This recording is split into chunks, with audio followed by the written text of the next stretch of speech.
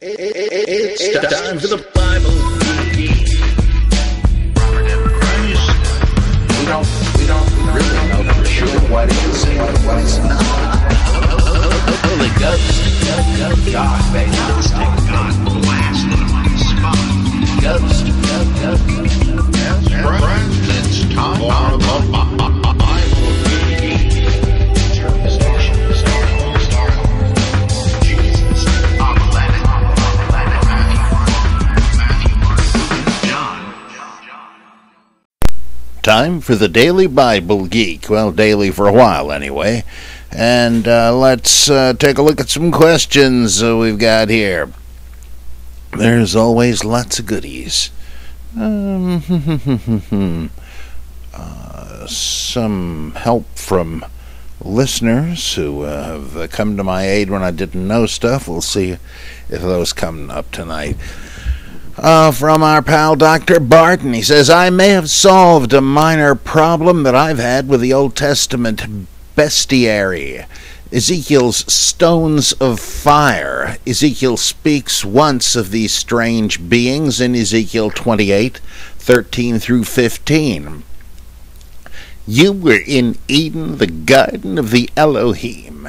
Every precious stone was your covering: carnelian, chrysolite, and amethyst, beryl, lapis lazuli, and jasper, sapphire, turquoise, and emerald. And gold were wrought for you, mined for you, prepared for the day you were created. I created you as a cherub with outstretched shielding wings, and you resided on the holy mountain of the Elohim. You walked among stones of fire. You were blameless in your ways from the day you were created until wrongdoing was found in you.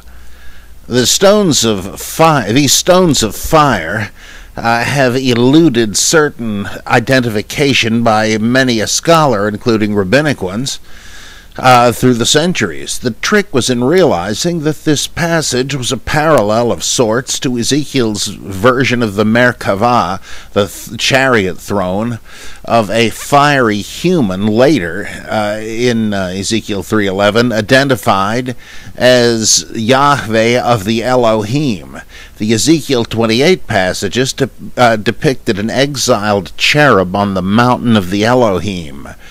The Ezekiel 1 passages depict a fiery figure on the Merkavah that, in a very real sense, was the mountain of the Yahweh of the Elohim.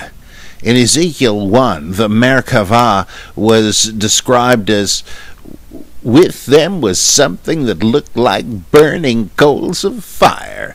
This fire, suggestive of torches, kept moving about among the creatures, the cherubim.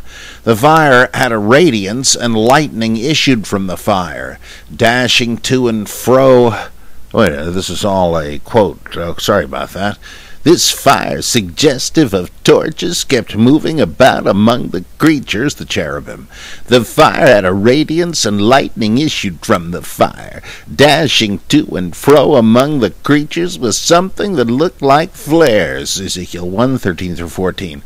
Later, the rims of the Merkavah's wheels were described as being covered all over with eyes, Ezekiel 1:18. These coals of fire, flares, and eyes were almost certainly the same beings, and they have been identified as the stars that shone through the celestial firmament described in Ezekiel 1:26. Ezekiel 28 depicts the mountain of the Elohim in rather sparser terms, but it also features a cherub surrounded by fiery objects, in this case stones of fire, on that self-same mountain. These stones of fire could very reasonably be described as like burning coals of fire. Thus, the Eben Yaesh stones of fire were stars as well. I had rather hoped for something more interestingly exotic, but at least for me, the mystery is almost certainly solved. Very good, Dr. Barton. Sounds to me like you're right. A sharp-eyed fella. Thank you. Okay, this is... Brock. He's always got good questions. I've recently come out of the fog that is mainline Protestant Christianity, and one of the books that inspired this shift was Charles Talbert's fascinating What is a Gospel? Yeah, I love that book. One of the more compelling claims Talbert makes is that the Hellenistic Jews are already developing a theology of the divine Logos as an intercessory and salvific force before the ostensible time of Christ. More damning, this view is clearly a variation on the much more ancient wisdom teachings, capital W, in which wisdom appears as a personal redeemer figure. This evolution from wisdom to Logos to the Christ of early Christianity seems to be clearly attested by the evidence and throws into question the unique and unprecedented nature of Jesus Christ. Hallelujah! Wouldn't a plain reading of the text be that early Christology was simply the newest iteration in a long theological lineage? I think so, definitely. Philo even outlines what seems to be salvation through faith in the Logos when he says, "But if there be any as yet well, let's give him a little more dignified. But if there be any as yet unfit to be called a son of God, let him press to take his place under God's firstborn, the Word, who holds the eldership among the angels. For if we have not yet become fit to be thought sons of God, yet we may be sons of his invisible image, the most holy Word, the Logos. For the Word is the eldest born image of God." That's Philo on the Confusion of Tongues, 28, 146 to 147. I'm sure a close reading of this passage could be taken a couple of different ways, but Talbert seems to think it parallels the later theology of the early Christians. He claims, let's see now, the basic orientation of Philo's exegesis is soteriological. He is concerned with the question of how man can know God. The Logos, with many names, is, in Philo, a, quote, within a quote, mediating figure which comes forth from God and establishes a link between the remotely transcendent God and the world of man, and yet which also represents man to God as a high priest and advocate. This is from On the Giants, 52, and Life of Moses, 2, 133, and 072. And then Who is the Heir, 42. That is, this figure is both revealer and intercessor. This, in Philo's context, is definitely soteriological, though Philo's allegorical interpretation does not treat the many-named Logos as a personal redeemer, the myth on which he is working most definitely does. For example, the Wisdom of Solomon. Again, Philo is an indirect witness to the myth of a heavenly divine redeemer figure in Egyptian Judaism, a myth in which wisdom and angel streams of thought had merged and drawn into their orbit other concepts such as Son of God, Word of God, man in God's image, and high priest. End of Talbert quote. I know that re-explaining your position on Christ mythicism to yet another newbie is tedious at best, but I'm wondering if you could talk specifically about how central or non-central you think this pre-Christian Logos theology was in the formation of early Christianity. Was Paul, or the writers that wrote in his name, basically a Hellenistic Jew preaching a new twist on the Logos, or was it more complicated than that? I think a very good argument has been made by L. Gordon Rylance and others a long time ago that the Christ notion came about in Alexandria, Egypt, and that there are some Jewish heresies that we are told bits and pieces about, that as well as Philo, that already are definitely moving in this direction, and that it was a small step to historicize such a figure.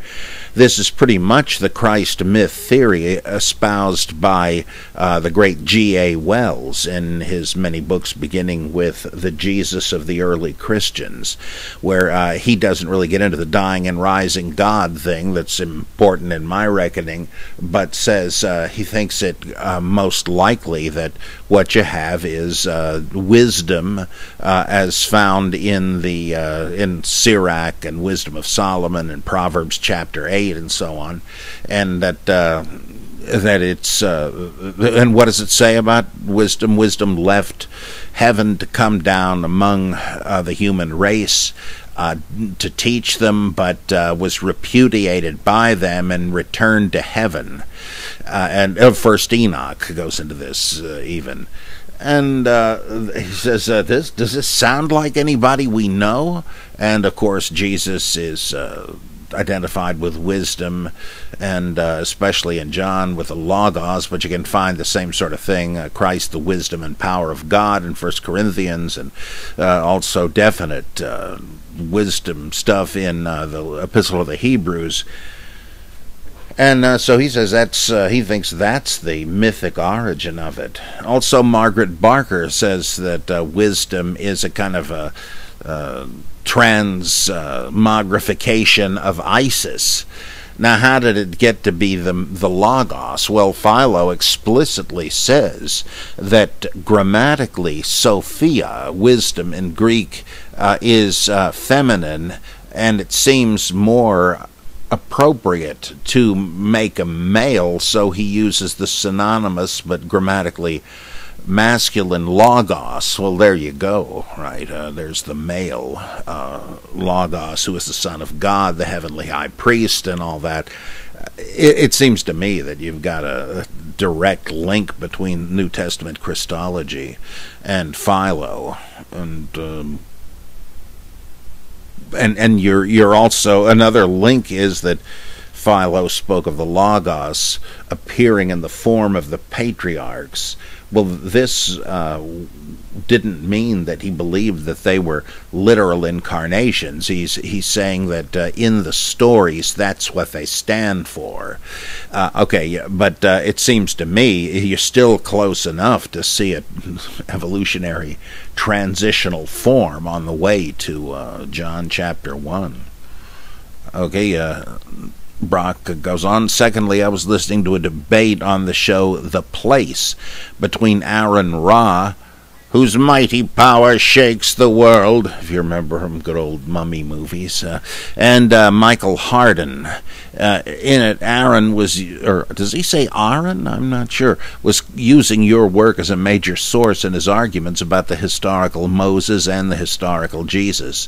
When the conversation got to Josephus, as it often does in these debates, Aaron quoted the end of the Testimonium Flavianum, in which it says that King Agrippa well, this isn't the Testimonium Flavianum, this is the other one about Jesus and James. It says Agrippa, quote, made Jesus the son of Damnius high priest, unquote. Michael Hardin said in response that the phrase son of Damnius isn't found in any of the original Greek texts. I was wondering if you could speak to Hardin's assertion here, as understanding what's really going on in Josephus is no doubt important to any discussion of a historical Jesus. If the phrase son of Damnius is indeed absent from the earliest known manuscripts, does that change the picture of who this Jesus is? I don't think that's correct, though I don't have a Greek Josephus here to consult. I suspect what Hardin meant was that according to Richard Carrier's argument, I believe he's the one that pointed this out, it just says Jesus and James in the famous passage, or it says James, the brother of Jesus, called Christ, etc., etc. I think the point is that in that particular passage, He is not called Jesus, son of Damnius. And Carrier's point is that character is mentioned in the immediate context, and therefore that is probably who's being discussed. So in the James and Jesus thing, because there was a Jesus, son of Damnius, in the context too. At least I think that's what's going on there. But I guess we really ought to have Richard Carrier weigh in on that one. Okay,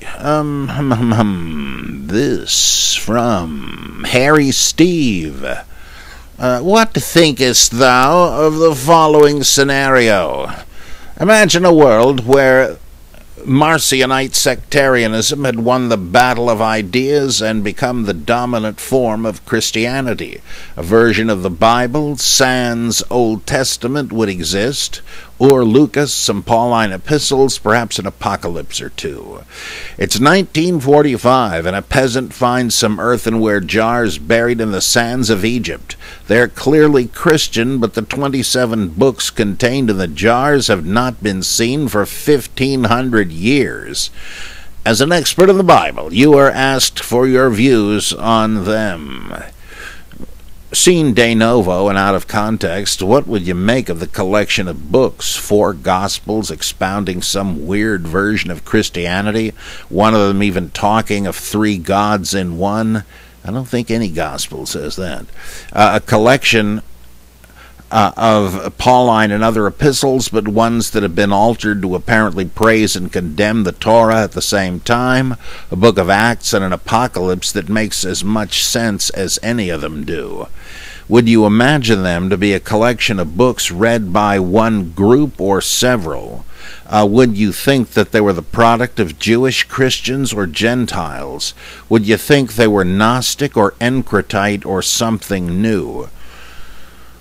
Well, I guess I would think that what we have, we do have material that share ideas with Marcionism, but if Marcionism was what we thought was Christianity, pure and simple up to this point, we would probably say that the Marcionite elements in John and Mark and so forth were just the common property of Christians, and that where we have something very different from Marcion, like there being 12 apostles and them being elevated over Paul, and we have household codes and the like added to the Pauline epistles, and pro-law pronouncements attributed to Jesus in Matthew. I would think it wouldn't be that difficult to reconstruct the basic F.C. Bauer approach that, yeah, we've got evidence here of an attempt to react against and combat and co-opt the Marcionite faith. I think the texts would still have the same clues they do now. It would just make it a little easier to see that Marcionite Christianity was often the football being kicked around between the parties.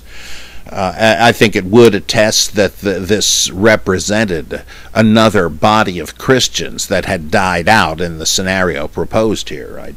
So that would be my guess. And of course, the lessons we ought to take from this have to do with what do we make of the Nag Hammadi texts. And Elaine Pagels, to her great credit, understood that, or at least made something out of the realization that these texts, especially obvious from their diversity, must have represented the beliefs of many very different and now extinct types of Christianity. They weren't just some science fiction novels in draft found among some writer's effects, but they were the scriptures of various lost Christianities, as Bart Ehrman calls them.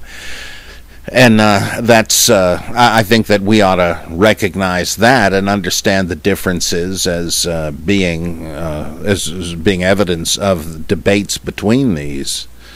We would see Encretite elements, I think, in the book of Revelation, as I say, and other bits and pieces. in the 27 newly discovered books, as we do in the Nag Hammadi text, too. Good thought experiment, Steve. Mike O'Brien, Dear Geek Effects Maximus, I've been cruising the old internet and I've had trouble coming up with a straight answer to the following question. What does an Orthodox, small o, Trinitarian Christianity, Catholic, capital O, Orthodox, mainstream Protestant, etc., teach about the identity of the Old Testament Yahweh? Is he considered the Father? Is he considered God the Father, Jesus, the Trinity itself? Medieval art often depicts Jesus in Old Testament scenes, but I think that had more to do with a taboo against depicting God the Father up until the 1500s. When Moses went up that mountain, was he looking into the face of the Father, the Son, the Holy Ghost, or all three? Whose finger scribbled into the tablets? I think that the traditional Christian view was that Yahweh is the name of the Trinity, but it seems to me in the New Testament you can see both things going on. That Jesus says, my Father is he whom you call your God. When he says, Father, may your name be hallowed, that's the name Yahweh. And I think that that there we have the view of some Christians that Jesus was Yahweh's son. However, as Margaret Barker points out, a lot of other passages would make sense if Jesus is supposed to be Yahweh in a theophany, like in the Old Testament, the so-called angel of Yahweh, and that his father is El Elyon, God Most High, who was Yahweh's father, back in Deuteronomy 32. So I think that early Christians had different understandings of that. Oh yeah, also the fact that that in the Pauline epistles you have various statements from the Old Testament, from the prophets usually, about Yahweh being quoted from the Septuagint or something like it, and applied to Jesus. The name isn't transliterated, but it's passages where it was Yahweh, but in the Septuagint appeared as Kurios, Lord. And the Pauline epistles just cite these as a reference to Jesus, which would seem, again, to fit with Margaret Barker's theory that he was supposed to be Yahweh appearing on earth, hence his name, Yehoshua. Yahweh is salvation. Barker also points out, isn't it interesting that nobody calls, in the New Testament, calls Jesus the Son of the Lord, that is, the Son of Yahweh? Why the heck not, if that's who Yahweh was supposed to be, right, his father? So I think you've got a couple of different opinions in the New Testament, and the identification of the whole Trinity with Yahweh or Jehovah, I'm guessing, came about because of the Athanasian-Arian debate in the 4th century, where the question is the Logos, or the Son, of the very same nature as the Father?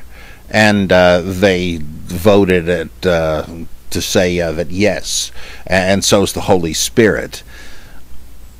Well, if the Son is the same God, albeit a different person of that Godhead, then as the Father, that would imply, I think, or did to some, that the Godhead is Yahweh. To say that, does the Logos have the same nature as Yahweh, led some to think, well, if yes, then that implies that he and the Father and the Spirit are all Yahweh. But I've never really seen this much discussed either. But I think the idea is that the Trinity, the Godhead, is Yahweh, because if not, then you're kind of implying either a tritheism or a modalism, one way and the other, because you're saying that the Father is one version, one iteration of Yahweh, and that kind of seems to me to be tending in the direction of modalism, one God but acting in three roles or revealing himself in three modes. Or if you want to say the Father is Yahweh and the Son isn't, then you're really headed toward tritheism, I think. Of course, that's very iffy, right? They debated all this kind of stuff at the Council of Nicaea, but that's what I think happened. Eventually, you had the whole Trinity identified as Yahweh, for fear that you would be saying the Son and the Spirit are not really of the same divine nature as the Father. Whew, that's probably no help. Kirk, Bible Geek. In the present day, the so-called Islamic State is responsible for untold atrocities. While many decry them as Islamic extremists, some deny that they are Islamic at all. Such apologists deny that the Quran sanctions such behavior. Who is correct? Do the Islamic State's activities reflect the teaching of the Quran or not? Yeah, I think they do. Though it appears that they are going against that they're going against the Quran stipulation for the treatment of prisoners of war. I believe that there is a more humane element there in the Quran than these savages are doing, but they're trying to take Islam back to its roots, and let's face it, Islam was imperialistic and spread by the sword, like these guys are doing. And I did a column about this called I Slam Islam. Take a look at my website, robertmprice.mindvendor.com, and look for the Zarathustra Speaks button or something. It shows how you can subscribe to it. But I deal with this question there. I think you might find that interesting. Let's see. Okay, it's time for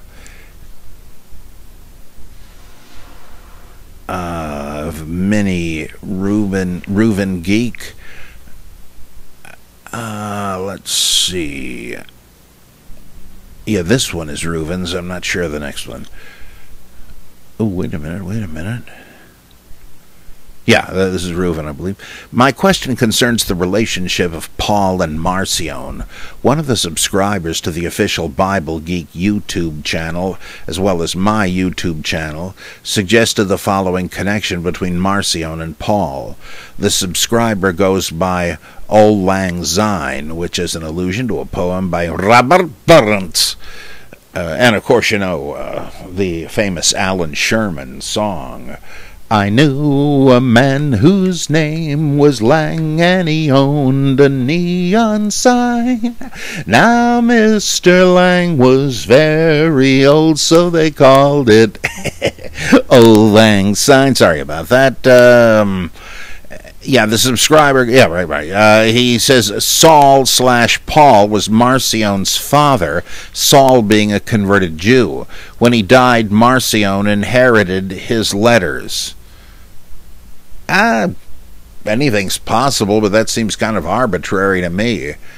I tend to think that the historical Paul was Simon Magus, and however, the one that got the epistle writing going was Marcion of Pontus, and that he wrote Galatians chapters 3 through 6 and the original draft of Ephesians, which was then called Laodiceans, and who knows, maybe some other stuff, as you can find in my Human Bible and Pre-Nicene New Testament.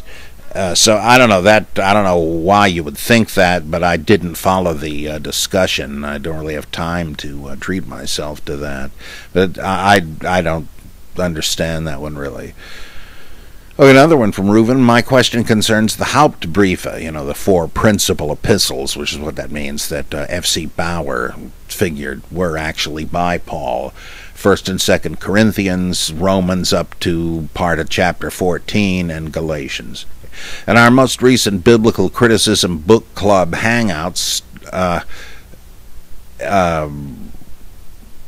starting the great Hermann Dettering's The Fabricated Paul, I had a short conversation with fellow Bible geek Leon on the core letters of, quote, Paul, unquote. Earlier in the hangout, I expressed that while I leaned toward either no authentic Pauline epistles or just the Hauptbriefe, I do think the Hauptbriefe have a core/original author, and that any contradictions between them can best be explained by later additions and edits. Leon, on the other hand, believes there is no core author. What do you make of this? I tend to think that they're not by the same hand, but that all of them are patchworks. So, in a sense, I think you're both right. I'm not sure, like 1 Corinthians seems to go back and forth to such a degree that it seems to me we have a heavily interpolated work, but so interpolated that it's hard to it becomes iffy to speak of a basic original letter. And that, I think, is the same with some of the others. So it's tough to say, and they're not enough alike, even where they don't grossly contradict, that to convince me that they're written by the same person. One example of this would be the business in Galatians, where the author, supposedly Paul, protests that he didn't receive his gospel from any human agent, versus 1 Corinthians 15, where he says that he got his gospel from those who were apostles before him. Now, what the heck's going on there? 1 Corinthians 15 has this Acts-like view of Paul as a kind of a lackey of the 12 or a deputy. Well, I tend to think, however, that 1 Corinthians 15, 3 through 11 is, as you know, an interpolation into the rest of it, though the rest of it is heavily interpolated. So I'm not really sure, but I'd need to see more evidence for vocabulary similarities and all that between the Hauptbriefe, once likely interpolations have been removed, to see what's left. But to me, it's and even the similar language, as with the Gospel of John compared with the Johannine epistles, similar language can just indicate a common school of thought within which the debate is happening. So I don't ultimately know, but I tend to think with von Manen that it was just like almost like the Upanishads, just heavily interpolated. It's a patchwork quilt. And then another one from Reuven concerning the Song of Songs 6:4. You are as beautiful as Tirzah, my darling, as lovely as Jerusalem, as awesome as an army with banners. Tirzah is the capital of northern Israel after King Jeroboam relocated from Shechem to Tirzah. Hope I'm saying that right. It is mentioned in the same verse as Jerusalem. Why would the author, pretending to be King Solomon, make such an obvious anachronism? Does he pretend to be King Solomon? You know, at the beginning, the Song of Songs, which is Solomon's or is about Solomon. I don't know that it's easy to determine possible to determine from the text. And of course, if he is claiming to be, and it's pseudepigraphical, it could just be one of these howlers that, like when Chronicles has the Assyrians abduct King Manasseh and ship him off to Babylon. Some mistake there. Or in Judith, I believe it is, we're told that Nebuchadnezzar was the king of the Assyrians. And who knows, what these people knew and what they didn't, as strange as it is. So weird anachronisms like that don't surprise me. Okay, this from Donovan Ravenhall in Mobile, Alabama. Many atheists and others have had fun with Judges 1:19, in which God was unable to clear enemies of his people from the valley because they had chariots of iron. Could you discuss this verse and some of the explanations and apologetics regarding it? It has always come across as a vestigial indication that God was not always so omnipotent. And Yahweh was with Judah, and he drave out the inhabitants of the mountain, but could not drive out the inhabitants of the valley because they had chariots of iron. I think it's just a momentary slip that the writer departs momentarily from the grand party line pretense that when we won, it was because Yahweh gave us the victory. Oh, it wasn't our doing, it was God. And he to report what happened, he just then slides into the military facts of the matter, that it was known that Israel lost this battle because they were technologically inferior, and he just doesn't bother trying to square that with God being on their side. And it's kind of funny. I mean, I suppose and I'm not familiar with how conservatives or apologists deal with this, but I suppose you could say that God helps those who help themselves, and that it was foolish for them not to take into account the military superiority of the enemy, though, of course, David really catches it later when he tries to be smart and in his calculations, toting up how many people he had available. So I don't know, but it seems to me it's just kind of a formal thing to say, oh yeah, God was on our side, and that's how we had such victories. But there was this one problem, and that's because these guys had superior chariots. It just seems to me kind of that he was napping with his theology. And here's another interesting one from Dr. Barton. Listening to you speak of profane linear time and sacred cyclical time, Mircea Eliade, sparked a thought that I don't remember ever seeing addressed by Christian theologians, experts at the forefront of physics as they are, and theological enthusiasts that I am.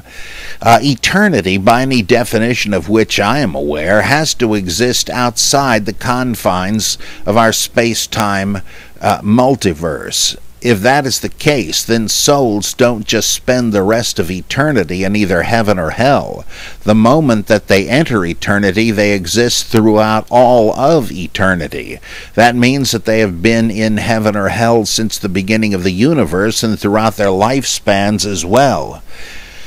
I should note that I don't consider this exactly predestination unless one makes the argument that a soul is created beyond our space-time continuum. Unless one makes the argument that the soul is created beyond our space-time multiverse and enters it to be incarnate in a physical body. If that is the case, then there can be no distinction between the soul that entered our space-time and the soul that exited it, and existence is predetermined. To your knowledge, has this issue been discussed in Christian circles? Do you have any additional thoughts on the subject? Just a little something I thought I'd share with you, and which will hopefully keep a few theologians up at night. Well, I don't think I've seen it discussed, though something close, like the discussion of St. Augustine, who I think was the first Christian to posit that God exists outside of time. That had to do with the creation and so forth. But I'm not aware of people pursuing it further, though they probably have. But it does occur to me that the whole notion of God being eternal and therefore outside of time is a fast track toward Vedanta non-dualist Hinduism. that if you're saying God is outside of time, that automatically means the world we live in is a world of Maya, or of seeming time passage and seeming events, whereas in fact there can be none. And that we as individuals don't exist and couldn't exist outside of time, because individuality and difference is part of the Maya world. It is the refraction of the one reality of Brahman without qualities, Nirguna Brahman, and aka Satchitananda, being, consciousness, bliss, and that the upadis, the limiting conditions of the illusory Maya world, refract the pure light of Satchitananda, producing the illusion that there are many Atmans, you and me and everybody else, as well as a physical world and discrete deities from the myths and all of that. So the soul cannot, an individual soul cannot pass into eternity. It can only extinguish its share, if you want to put it that way, of the Maya world and wake up out of it, in which case it then recalls that it is and always was Brahman. I think that is the inevitable legacy of St. Augustine, that the minute he starts talking about that, he's a Hindu. Okay, with that comforting insight, I gotta get going, but so far I'm keeping my pledge to do one Bible Geek a day till I empty the rain barrel, at which time, of course, I hope it gets rapidly filled again. But I will see you tomorrow, Brahman willing, on another exciting episode of the Bible Geek.